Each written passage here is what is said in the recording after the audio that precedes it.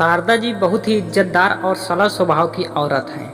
वे गांव में अपने मकान में अकेली ही रहती हैं। उनके बेटे शहर में गए हुए थे, लेकिन उस गांव में लौटने का उन्हें मन नहीं कर रहा था, इसलिए वो वहां रहती हैं। उनकी पति की मृत्यु के बाद सबने उन्हें समझाया कि वे शहर में जाकर साथ साथ रह लें, लेकिन वे किसी की एक न सुनी।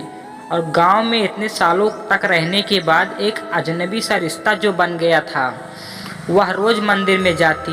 एक दिन रोज की तरह वह मंदिर में आ रही थी तो संतुलन बिगड़ने की वजह से वह गिर पड़ी। गांव वालों ने उन्हें पानी पिलाया। चाचा ने कहा अब इस उम्र में अकेले रहना ठीक नहीं है। उनके 3 बेटे थे और तीनों शहर में रह सब लोगों ने सारी रात मिलकर उन्हें यह बात समझाई।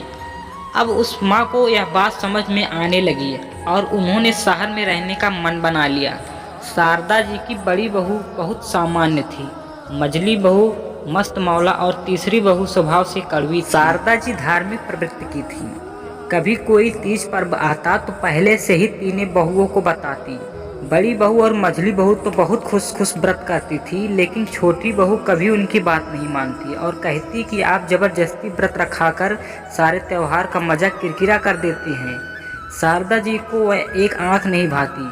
वह हमेशा व्रत जप करने के लिए कहती रहती कि शायद इसके कुछ पाप धुल जाए। दोनों की किसी न किसी बात पर रोज बहस हो ही जाती थी। तो एक दिन शारदा जी को बहुत गुस्सा आया और उन्होंने कहा, तू क्या सोचती है कि बुढ़ापे में मैं तेरा आसरा लूँगी, मर जाऊँगी पर तेरे पास कभी नहीं आऊँगी।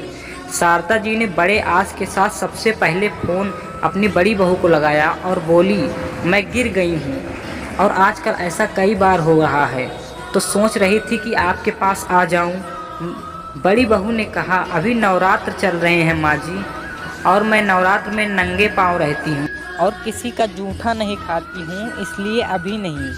फिर शारदा जी ने मछली बहू को फ़ोन किया, लेकिन उसने भी कोई बात नहीं बताई और टाल दिया। जब बड़ी और मछली बहू ने ऐसा जवाब दिया तो फिर छोटी बहू से क्या उम्मीद लगानी, वो तो पहले से ही स्वभाव की कड़वी। ऐसे सोच शारदा जी ने आने वाली मुश्किल के समय कल्पना कर रही थी।